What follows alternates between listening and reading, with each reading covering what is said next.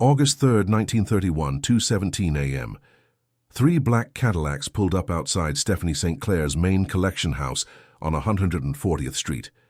15 men got out, all of them armed, all of them Italian, all of them working for Dutch Schultz. They didn't knock.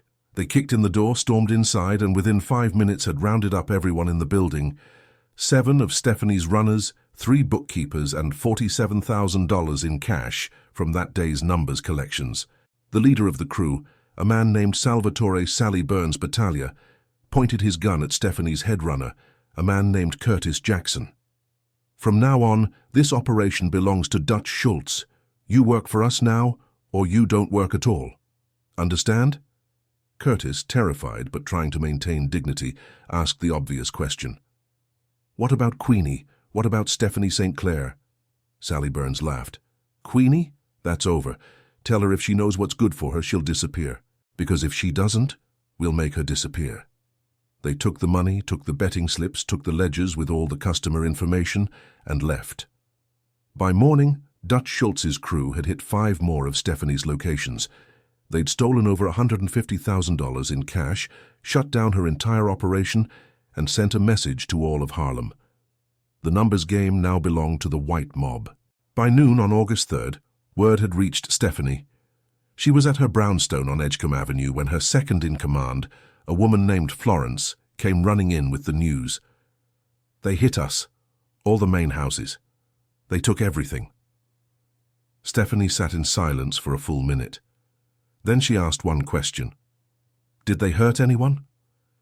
No, just took the money and the records. But Stephanie, they said this operation belongs to Dutch now. They said if you fight back, they'll kill you. Stephanie stood up and walked to her window, looking out over Harlem. 3 days, she said quietly. Give me 3 days. 3 days for what? Florence asked. Stephanie turned around, and Florence saw something in her eyes that was absolutely terrifying. Not fear, not even anger. It was cold, calculated determination. In 3 days, everyone in Harlem is going to know exactly who stole from us, their names, their addresses, their families, everything. And then we'll see how brave they are when their own people know what they did. What Dutch Schultz didn't understand, what Sally Burns and his crew couldn't comprehend, was that stealing Stephanie's operation wasn't like robbing a bank. It was like kicking a hornet's nest, and Stephanie St. Clair didn't just get mad, she got strategic. Over the next 72 hours, Stephanie orchestrated one of the most brilliant acts of public exposure and community mobilization in Harlem's history. And it started with a single phone call. August 3rd, 4:00 p.m. Stephanie called the Amsterdam News, Harlem's most influential black newspaper. She asked for the editor, a man named William Kelly. Mr. Kelly, this is Stephanie St. Clair. I need to buy a full-page advertisement in your next edition. I'll pay triple your normal rate, but I need it in Friday's paper. That's 2 days from now. Kelly was intrigued. What kind of advertisement? A public announcement. I'm going to publish the names, addresses, and photographs of every man who participated in the robbery of my businesses. I'm going to tell Harlem exactly who these people are, where they live, and what they did. Kelly hesitated. Stephanie, that could be dangerous.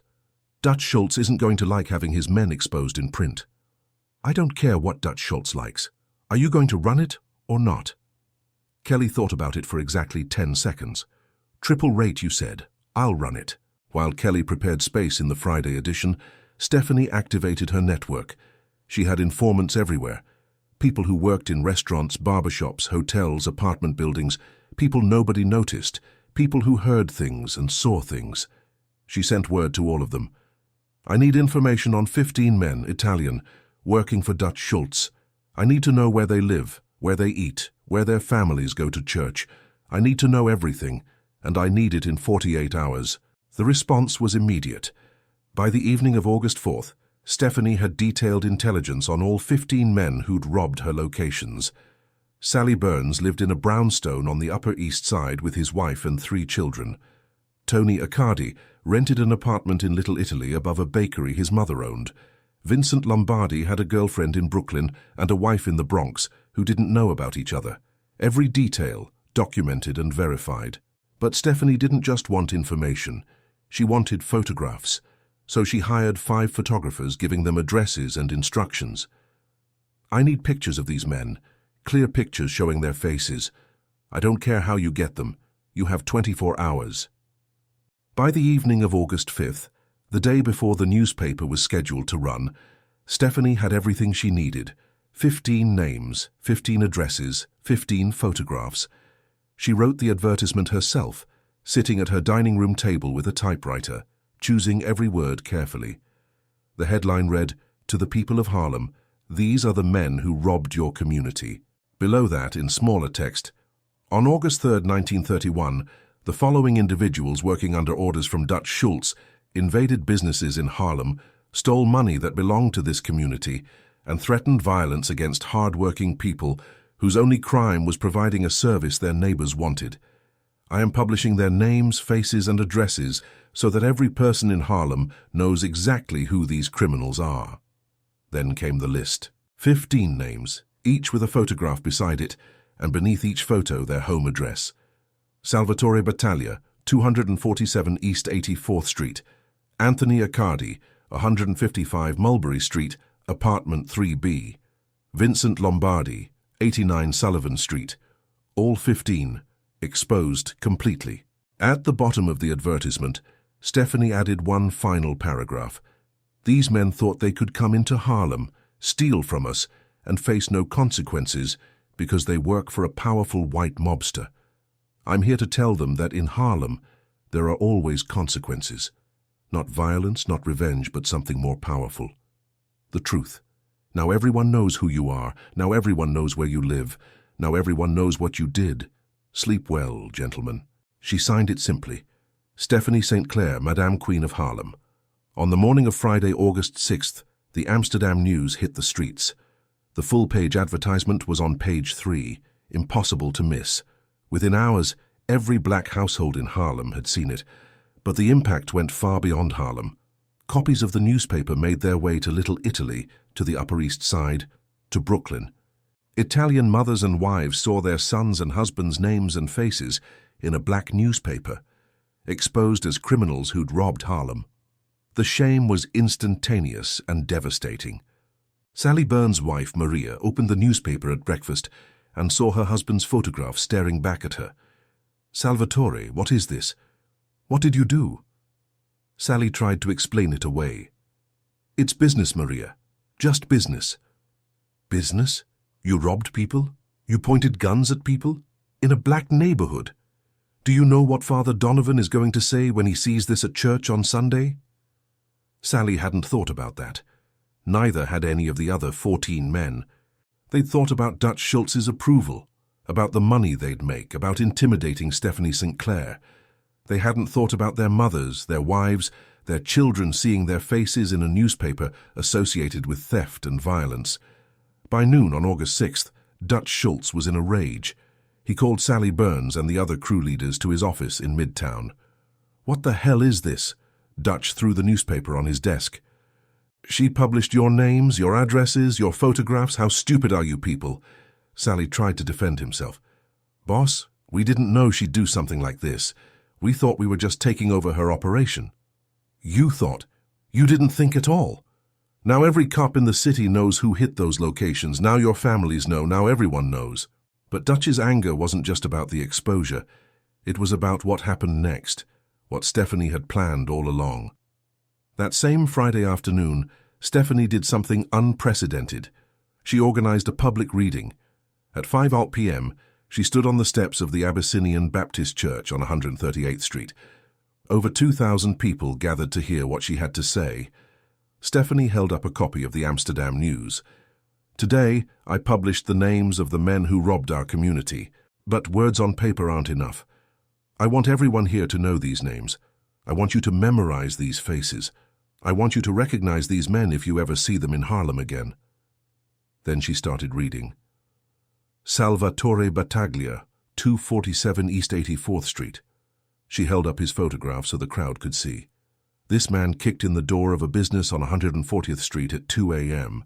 He pointed a gun at Curtis Jackson's head. He stole $47,000 that belonged to this community. The crowd murmured. Some shouted in anger. Stephanie continued. Anthony Accardi, 155 Mulberry Street, apartment 3B. Another photograph held high.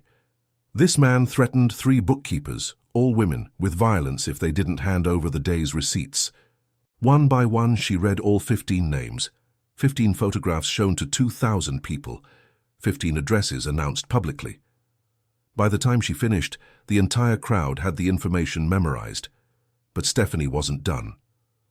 I want to be very clear about something. I am not calling for violence. I am not asking anyone to retaliate against these men. What I'm asking for is awareness. If you see these men in Harlem, if they try to collect numbers bets, if they try to operate in our neighborhood, you refuse to cooperate. You tell them they're not welcome here. You make it clear that Harlem belongs to Harlem, not to Dutch Schultz. The crowd erupted in applause and shouts of agreement. We stand with you, Queenie. Harlem belongs to us. Stephanie raised her hand for silence. One more thing. I'm offering a reward. Anyone who provides information about illegal activities conducted by Dutch Schultz's organization, I'll pay $100 for verified information. I'm going to make it so expensive for Dutch to operate in Harlem that he'll wish he'd never heard our neighborhood's name. The public reading was covered by multiple newspapers, not just the Amsterdam News, but white papers too. The New York Times ran a small article. Harlem numbers operator publicly names robbery suspects. The Daily News went bigger. Queen of Harlem strikes back, exposes mob crew in public ceremony. The publicity created a firestorm.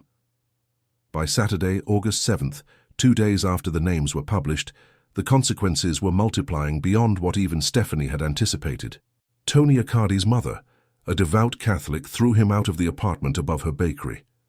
You bring shame to this family. You rob from black people and think it makes you a big man. Get out of my house. Vincent Lombardi's wife in the Bronx found out about his girlfriend in Brooklyn when a neighbor showed her the newspaper. The subsequent confrontation resulted in divorce papers.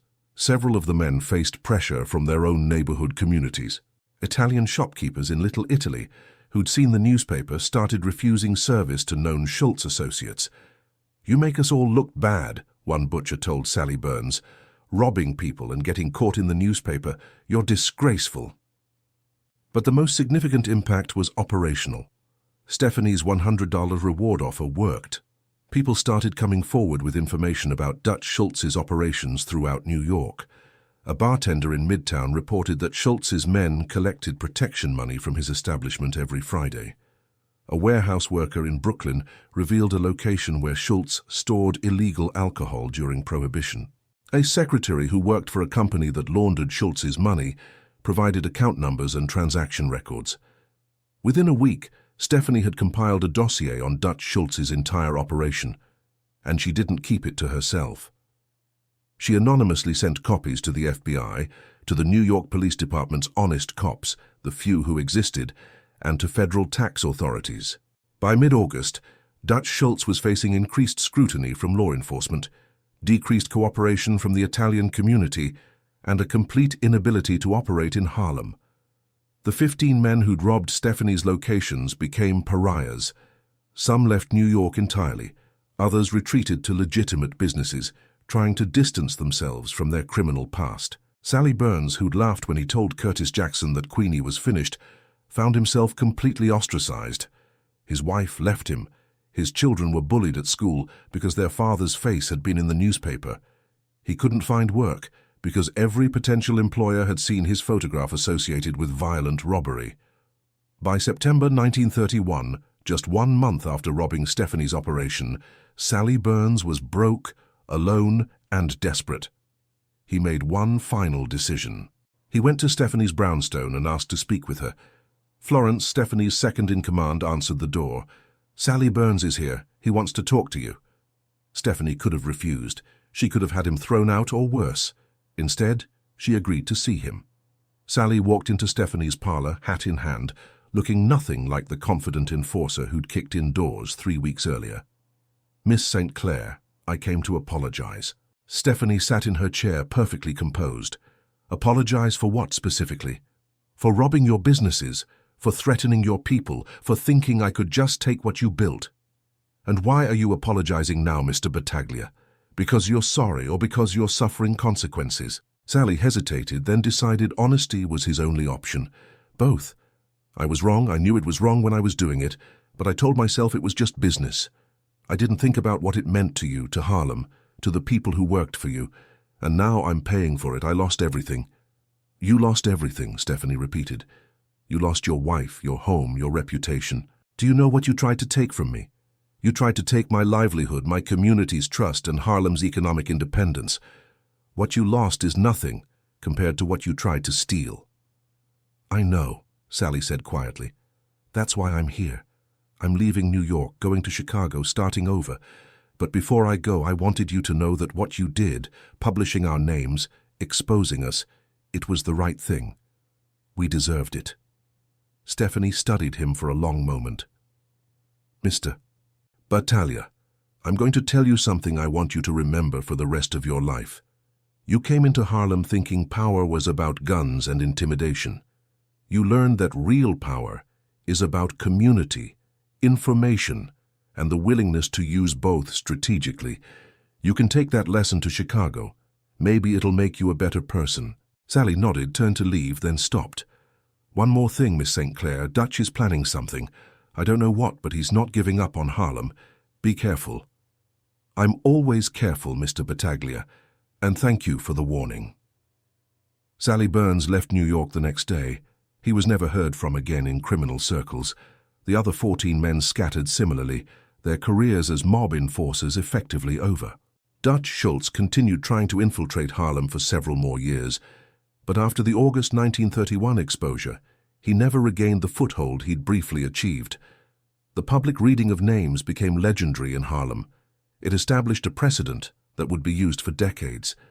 When corrupt landlords tried to exploit black tenants in the 1940s, community organizations published their names and addresses. When businesses discriminated in the 1950s, civil rights groups organized public readings of offenders. When police officers committed brutality in the 1960s, activists demanded their names be made public. The tactic Stephanie pioneered, exposure as a weapon, exposure as justice, became a fundamental tool of community organizing. In 1975, a historian named Dr. Marcus Henderson interviewed elderly Harlem residents about the neighborhood's history.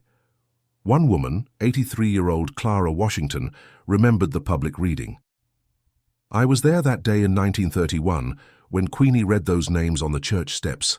I'll never forget it. She stood up there calm as anything and just read name after name. She wasn't shouting or threatening, she was just telling the truth. And watching those gangsters' lives fall apart over the next few weeks, that taught me something important. The truth is more powerful than any weapon. Dr. Henderson asked, "Did you ever see any of those 15 men again?" One of them, I think his name was Lombardi, came back to Harlem about 6 months later. Tried to collect numbers bets like nothing had happened. Nobody would talk to him. Shopkeepers closed their doors when he walked by. People literally turned their backs. He left after an hour and never came back. That's the power of knowing who your enemies are. Another man Henderson interviewed, 79-year-old Robert Matthews, had been a young runner for Stephanie in 1931. The night they robbed our collection house, I thought it was over. I thought Dutch Schultz had won. 3 days later, when that newspaper came out, I understood something. Stephanie wasn't just protecting her business, she was teaching us how to fight back without violence. How do you mean? Henderson asked. Think about it. She didn't send gunmen to retaliate, she didn't bomb Dutch's establishments. She did something smarter. She made it impossible for his men to operate by making everyone know who they were. She turned the whole community into watchers, into people who would refuse cooperation. That's genius. The August 6, 1931 edition of the Amsterdam News became a collector's item. The few surviving copies are now in museums and archives, preserved as examples of early community journalism and resistance. The New York Public Library's Schomburg Center for Research in Black Culture has one underglass, with a placard explaining its historical significance. Today, when journalists talk about naming and shaming as a tactic, when activists discuss transparency and public accountability, they're often unconsciously echoing what Stephanie St. Clair did in 1931. She didn't invent the concept of public exposure, but she perfected it as a tool of community defense. The names she read aloud on those church steps reverberated through Harlem and beyond, proving that sometimes the most powerful response to theft isn't force, it's information.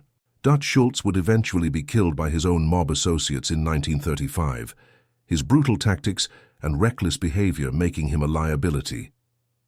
Before he died, he reportedly said something to a friend about his failed Harlem operation. "I made a lot of mistakes in my life, but underestimating that woman was the biggest. She beat me without firing a shot, just with a newspaper and a list of names." The 15 men whose names Stephanie read aloud learned the hardest lesson of their criminal careers. You can steal money, you can take territory, you can threaten people with violence, but you can't steal dignity, you can't take community loyalty, and you can't threaten someone who's willing to expose you completely. 3 days. That's how long it took from the robbery to the public reading. 72 hours from Dutch Schultz thinking he'd conquered Harlem to his men, becoming the most notorious, most exposed, most hunted criminals in New York. 72 hours from Sally Burns laughing about finishing Queenie to Sally Burns, apologizing in her parlor. 72 hours from theft to justice. Mobsters stole Stephanie St. Clair's Harlem operation, taking her money, her records, her businesses. 3 days later, their names were read aloud to 2,000 people, published in newspapers, memorized by an entire community, and weaponized into the most effective form of justice Harlem had ever seen. They thought they could hide behind Dutch Schultz's reputation. Stephanie made sure they couldn't hide at all. They thought anonymity would protect them. She took their anonymity away. They thought Harlem would be afraid of them. Harlem learned to recognize them, to reject them, to make them afraid. That's the power of information. That's the power of community. That's the power of a woman who understood that the best revenge isn't violence. It's making sure everyone knows exactly who hurt you and exactly where to find them. The mobsters came in the darkness of night, masked by shadow and secrecy. Stephanie dragged them into the light, and in that light they burned.